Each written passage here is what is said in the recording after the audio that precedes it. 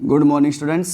हम पढ़ रहे थे इंग्लिश लिटरेचर में पोइम वाला सेक्शन, तो उसमें हमने फर्स्ट पोइम कंप्लीट पढ़ ली थी। आज हम चर्चा कर रहे हैं पोइम नंबर सेकंड जो है ऑन टाइम। ये जो इसके बाद एक और पोइम आएगी ऑन शेक्सपियर। दोनों पोइम जो है जॉन मिल्टन ने लिखी हैं। जॉन मिल्टन के बारे में बता दूं कि जॉन मिल्टन जो थे वो इंग्लिश पोइम्स में बहुत ही अच्छा इनका योगदान रहा है। 10 साल की उम्र में ही इन्होंने पोइम्स लिखना शुरू कर दिया था और जैसे जैसे ये बढ़ते गए उनकी पोइम के प्रति रुचि बढ़ती गई और धीरे धीरे वो रात रात को जाग जाग के भी पोइम लिखा करते थे। अपनी जो रचनाएं हैं उनको पूरा किया करते थे। हुआ ऐसा कि धीरे धीरे उनकी आंखों की जो रोशनी थी वो धीरे धीरे धुंधली पड़ती गई और एक ऐसा समय आया जब 45 वर्ष की उम्र में वो टोटली ब्लाइंड हो गए थे। टोटली ब्लाइंड होने पर उन्होंने अपनी पहली जो पोइम लिखी थी उनका नाम था ऑन हिज ब्लाइंडनेस, और ऑन हिज ब्लाइंडनेस बहुत ही फेमस पोइम रही है जॉन मिल्टन की। इसके बाद में उन्होंने अपने जीवन के आखिरी क्षणों में, एक यूँ कहें कि जब वो ब्लाइंड हो गए थे उसके बाद में उन्होंने बहुत ही फेमस अपने एक वर्क लिखा था जिसमें 2 वर्क थे। उसमें एक तो पैराडाइज लॉस्ट था और एक पैराडाइज गेनड था। 2 उन्होंने एक फेमस अपनी वर्क्स किए थे। ये दोनों वर्क्स जो थे, ये दोनों कार्य जो थे, ये दोनों रचनाएँ जो थी वो उन्होंने खुद ने केवल बोला था उनको, और लिखने वाला कोई और व्यक्ति था। यहाँ हम बात कर रहे हैं ऑन टाइम और इसके बाद में एक और आएगा ऑन शेक्सपियर। दोनों जो पोइम है जॉन मिल्टन ने लिखी है। तो पहले ऑन टाइम की हम बात कर लेते हैं जो लिखी गई है 1633 या 34। ये ऐसा बीच में थोड़ा दिख नहीं रहा है इसमें, 1633 और 34, ठीक है। उसके बाद में मैं चर्चा कर लेता हूँ इसके में। अब तो देखो जॉन मिल्टन बताते हैं यहाँ पर कि fly envious time till thou run out the race, call on the lazy leaden stepping hours whose speed is but the heavy plummet space. देखो क्या कहता है यहाँ पर कि फ्लाई एनवियस टाइम, कि यहाँ जॉन मिल्टन जो है वो समय को संबोधित करते हुए कहते हैं। समय को संबोधित करते हुए जॉन मिल्टन कहते हैं कि फ्लाई उड़ जाओ, एनवियस टाइम यानी ईर्ष्यालु समय। एनवियस का मतलब क्या हो गया, ईर्ष्यालु, कि ईर्ष्यालु समय तुम उड़ जाओ। किससे बोल रहा है वो, समय से बोल रहा है कि समय कैसा है वो ईर्ष्यालु। इसका मतलब यह है कि उस समय पर जो लोग हैं वो आपस में ईर्ष्या करने वाले हैं, घृणा करने वाले हैं, एक दूसरे के वो दिखावा करने वाले। तो ऐसे लोगों के भी कह रहा है वो वहाँ पर कि ये जो समय है वो समय की कहते हैं कि ईर्ष्यालु समय तुम उड़ जाओ, till thou run out the race, यानी कि ये कहता है कि तुम दौड़ते रहो, टिल जब तक कि thou run out your race, the race देखा मतलब तेरे तुम्हारी, यानी कि जब तक कि तुम्हारी जो रेस है वो पूरी नहीं हो जाती, समाप्त नहीं हो जाती, तब तक तुम्हें दौड़ते रहो। Call on the lazy leaden stepping hours. Call on phrasal verb है। कॉल ऑन का मतलब है मिलना या कह सकते हैं आग्रह करना। द लेजी लीदन, लेजी मतलब सुस्त, आलसी, लीदन का मतलब भारी, और स्टिपिंग का मतलब कदमों वाली, और आवर्स का मतलब घंटे। इसका मतलब ये हो गया कि जो कॉल ऑन यानी कि मिलो, किससे मिलो, the lazy leaden stepping hours. Lazy leaden का मतलब धीरे धीरे चलने वाली, सुस्ती से चलने वाली जो भारी भरकम जो घंटे हैं। आपको पता होगा समय बहुत ही धीरे धीरे गुजरता है जब अवगुण जो चीज़ें होती हैं, यानी कि बुरे कृत्य जब होने लग जाते हैं तो जो समय है वो भी धीरे धीरे चलने लग जाता है। तो उसकी भी कह रहा है यहाँ पर कि जो तुम्हारे सुस्ती से चलने वाले भारी कदम जो वाले घंटे हैं, इनसे वो इनसे जाकर क्यों नहीं मिलते, इनके साथ साथ क्यों नहीं दौड़ते, ये चले क्यों नहीं जाते। इस प्रकार से बोल रहा है जॉन मिल्टन कि ये जो भारी समय है, धीरे धीरे कदमों वाला चलने वाले जो घंटे हैं, ये समाप्त क्यों नहीं होते, ये जाकर के यहाँ से मिलते क्यों नहीं उस ईर्ष्यालु समय से। Whose speed is but the heavy plummet space. Whose speed जिसकी गति जो है, is but the heavy plummet pace. Plummet का मतलब है जो अपनी घड़ी होती है उसकी जो सुई होती है, इसका मतलब कह सकते हैं पेंडुलम। यानी कि आपने देखा होगा जब अपनी जो घड़ी होती है उसके नीचे एक पेंडुलम लटकी होती है, इधर उधर साइड अगल बगल में लटकती रहती है। जैसे जैसे वो घड़ी चलती रहती है वैसे वैसे वो हिलती रहती है। तो वो उसकी जो स्पीड होती है वो बड़ी धीमी होती है, टन टन जो चलती रहती है वो बड़ी धीमी चलती है। तो वो है यहाँ पर कि whose speed is but the heavy plummet space, कि जिसकी जो गति है वो पेंडुलम की गति की तरह कैसी है, बिल्कुल हैवी। हैवी का मतलब धीरी है, बिल्कुल धीमी है। यानी कि यहाँ पर कवि जो समय है उसको संबोधित करते हुए कह रहा है कि ए ईर्ष्यालु समय, तुम चले जाओ, उड़ जाओ और तुम्हारी रेस को तब तक मत समाप्त करो जब तक तुम इस रेस को जीत नहीं जाते, या कह सकते हैं तुम जब तक तुम्हारी जो रेस है, जब तक तुम दौड़ नहीं सकते तब तक दौड़ते रहो। और जो तुम्हारा ये सुस्ती से चलता हुआ जो भारी कदमों वाला जो घंटे हैं, इनसे मिलते रहो, यानी कि इनको समाप्त कर दो। और जिसकी जो गति है वो कैसी बताई गई है, बिल्कुल पेंडुलम की गति की तरफ बिल्कुल धीमी है, यानी कि जो तुम्हारे घंटे की जो सुई है वो बिल्कुल पेंडुलम की गति की तरफ बिल्कुल धीरे धीरे चलती है। एंड गलट दाई सेल्फ, और इनको निगल जाओ। गलट का मतलब क्या होता है, निगलना या गटकना। गलट का मतलब क्या होता है, निगलना या गटक जाना। तो इसको गटक जाओ, निगल लो। किसको निगल लो, दाई सेल्फ विथ, यानी कि इन सारे अवगुणों को, ये इतने सारे जो अवगुण आ रहे, अवगुणों का जो समय है इसको निगल लो। ये बुराई ईर्ष्या वाले जो समय है इसको निगल जाओ।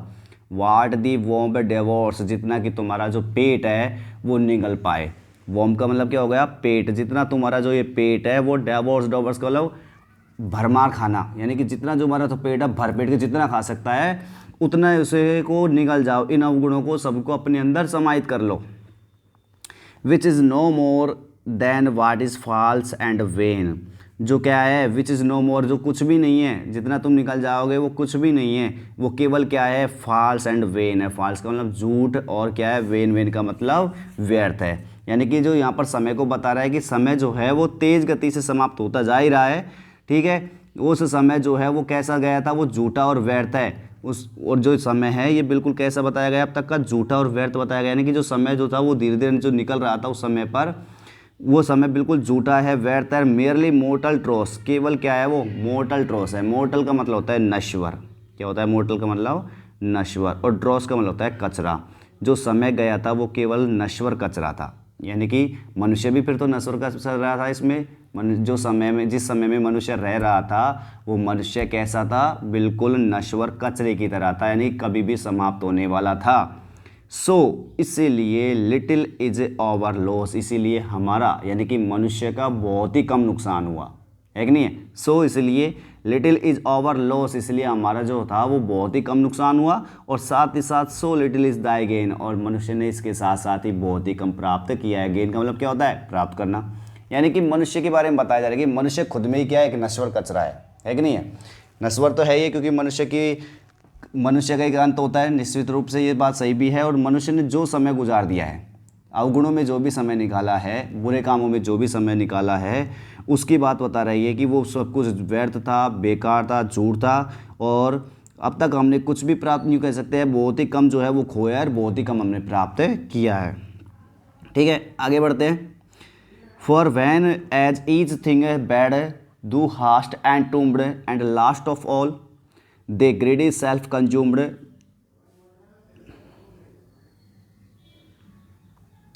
and then lost eternity shall greet our bliss with an individual kiss। आगे बढ़ते हैं। when as thing is thing bad do last hast and tombed, इसका मतलब देखो क्या है। when, जब,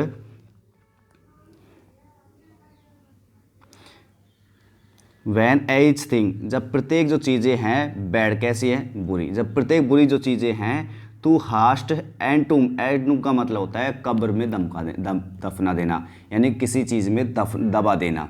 जब प्रत्येक बुरी चीज़ों को दबा दिया गया है, जब प्रत्येक बुरी चीज़ें, ईच थिंग बैड, यानी कि जब प्रत्येक बुरी जो चीज़ें हैं, हास्ट एंड टूम, उनको दबा दिया गया है। इसका मतलब है सब कुछ जो चीज़ें हैं वो बंद हो गई है, सब बुरी जो चीज़ें हैं वो बंद कर दी गई हैं, कब्र में बंद पैक कर दी गई हैं। तो इनके एंड और लास्ट ऑफ ऑल, और इन सभी के साथ साथ ही अंत में, दी ग्रीडी सेल्फ कंज्यूम्ड, तुम्हारा जो लालच है, सेल्फ का मतलब खुद का, ग्रीडी का मतलब लालच, जो तुम्हारा खुद का जो लालच है, कंज्यूम, वो भी क्या हो गया है, समाप्त का हो गया था। भाई सारी जो बुरी चीज़ें जो थी वो कब्र में पैक कर दी गई, कब्र में दबा दी गई, सब चीज़ें बंद हो गई, बुरे समय के साथ में ही सारी चीज़ें पैक हो गई हैं अब। और इन सभी के साथ साथ ही जो तुम्हारा जो लालच है, ग्रीडी का मतलब लालच, वो भी क्या हो गया है, कंज्यूम हो गया। कंज्यूम का मतलब वो भी समाप्त हो गया है, हो गया था।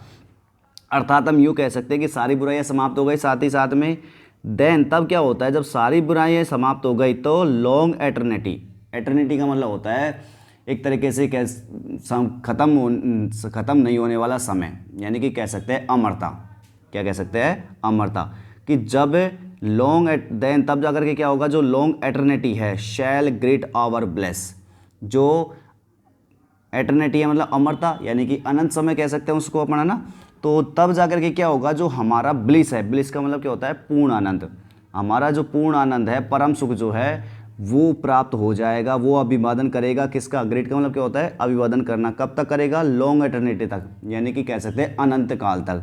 तब जाकर के ही हमारी जो पूर्ण आनंद है, हमारी जो प्रसन्नता है, हमारा जो परम सुख है, वो अनंत काल तक हमारा अभिवादन करेगा। यानी कि सब सारी चीज़ें, सारी गलत बातें, सारे कह सकते हैं एक तरह से अवगुण जो है वो कब्र में दफन दिए जाएंगे, पैक हो जाएंगे, बंद हो जाएंगे, नीचे दफना दिए जाएंगे। और हमारा लालच है, हमारे जो अवगुण है वो भी दफना दिए जाएंगे, वो भी पैक हो जाएंगे, समाप्त हो जाएंगे। तो इसके बाद में ही हमारी जो पूर्ण आनंद है, हमारी जो प्रसन्नताएँ हैं, हमारे जो परम सुख है वो अभिवादन होगा, उनका अभिवादन होगा। वो भी कब तक के लिए? Long eternity. लॉन्ग एटर्निटी मतलब अनंत काल तक, यानी कि लंबे समय तक, चिरस्थायी समय तक हमें अच्छे आनंद का प्राप्त कर पाएंगे। अच्छे आनंद जो है उसका अभिवादन ले सकेंगे। विद एन इंडिविजुअल किस, बड़े ही इंडिविजुअल। इंडिविजुअल का मतलब होता है पर्सनल, व्यक्तिगत। क्या होता है इंडिविजुअल का मतलब? व्यक्तिगत। और किसका मतलब? देखो किसका मतलब वैसे चुंबन होता है, लेकिन यहाँ पर किसका मतलब है? प्रसन्नता।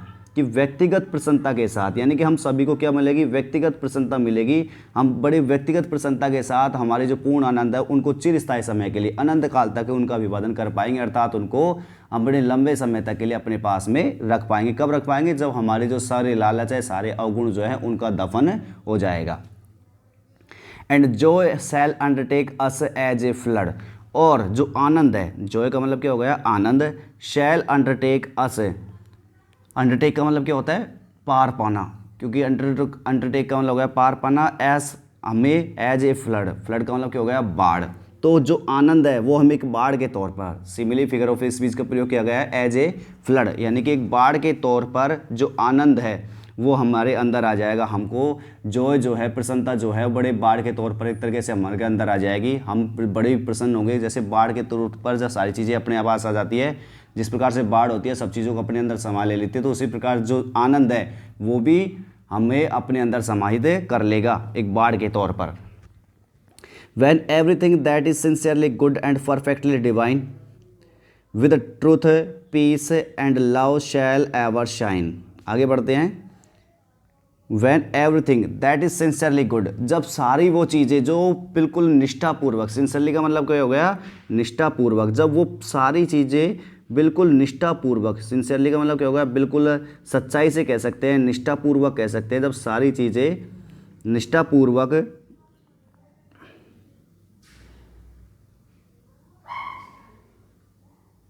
जब सारी चीज़ें जो है निष्ठापूर्वक अच्छी हों, बिल्कुल अच्छी हों, और परफेक्टली डिवाइन, और पूर्ण रूप से कैसी हो? डिवाइन। डिवाइन का मतलब दैविक हो, पूर्ण रूप से दैविक हो। तो वो सारी चीज़ें with truth and peace and love, और जिसके पास, जिस व्यक्ति के पास क्या हो? ट्रुथ हो, जिसमें मतलब कह सकते हैं सत्यता हो, शांति और प्रेम हो, वो व्यक्ति जो है शैल एवर शाइन, वो हमेशा के लिए क्या करेगा? शाइन करेगा, चमकेगा। About the supreme throne of him, किसके सामने? वो जो सुप्रीम थ्रोन है, सुप्रीम का मतलब सर्वोच्च, और थ्रोन का मतलब होगा सिंहासन।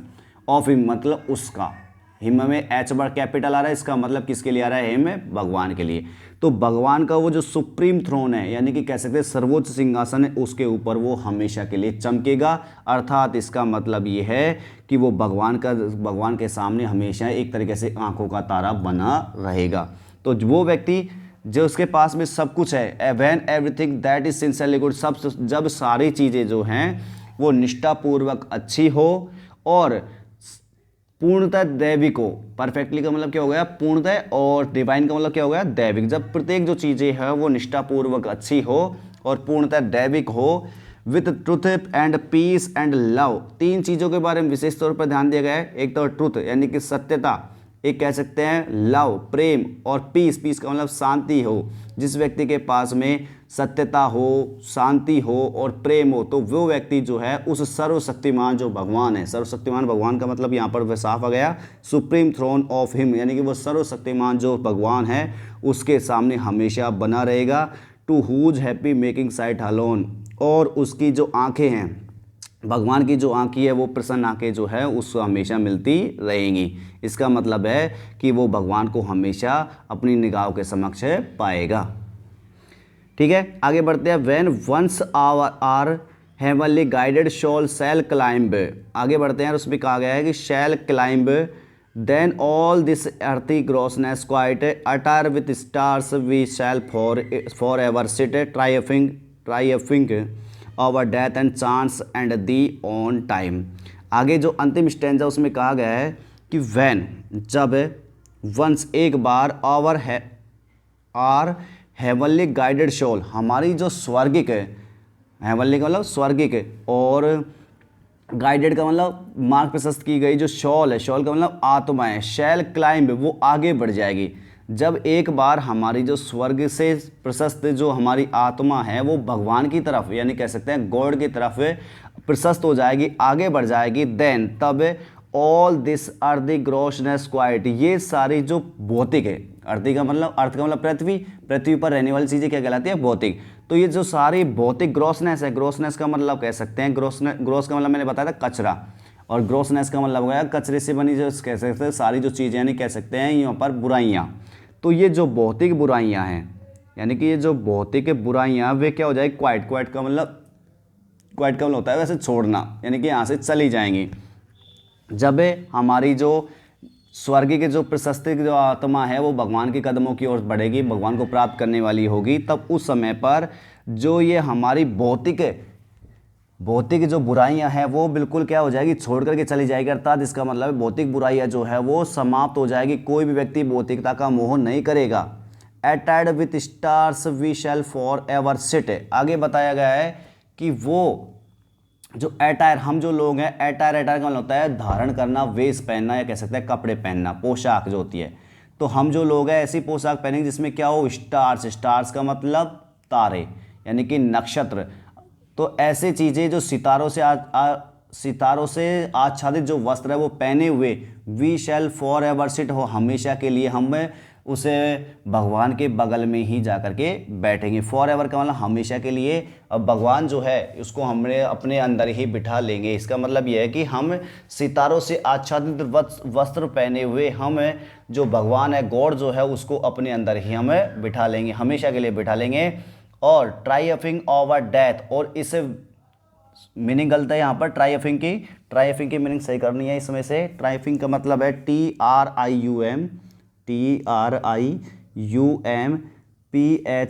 ट्राइम्फिंग का मतलब होता है विजय प्राप्त करना। ठीक है, ट्राइम्फिंग ओवर डेथ, उस समय पर हम क्या कर लेते हैं, मृत्यु पर विजय प्राप्त कर लेते हैं। और वो भी कैसे प्राप्त करते हैं, बाई चांस। चांस का मतलब संयोग से हम उन सभी चीज़ों पर हम विजय प्राप्त कर लेते हैं, हम अपना स्थान सुनिश्चित कर लेते हैं।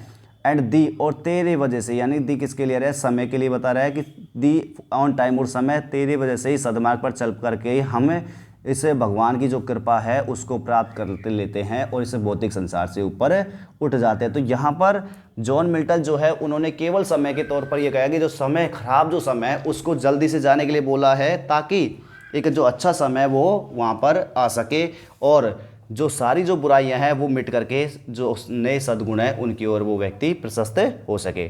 ठीक है स्टूडेंट, ये हमारा चैप्टर नंबर 2 था पोएम का। इसमें कुछ क्वेश्चंस दिए गए हैं, क्वेश्चंस आप देख सकते हैं। अगर किसी क्वेश्चंस में आपको दिक्कत आती है तो वो मेरे को कमेंट बॉक्स में डाल देना। ओके स्टूडेंट्स, मिलते हैं आपसे नेक्स्ट क्लास में।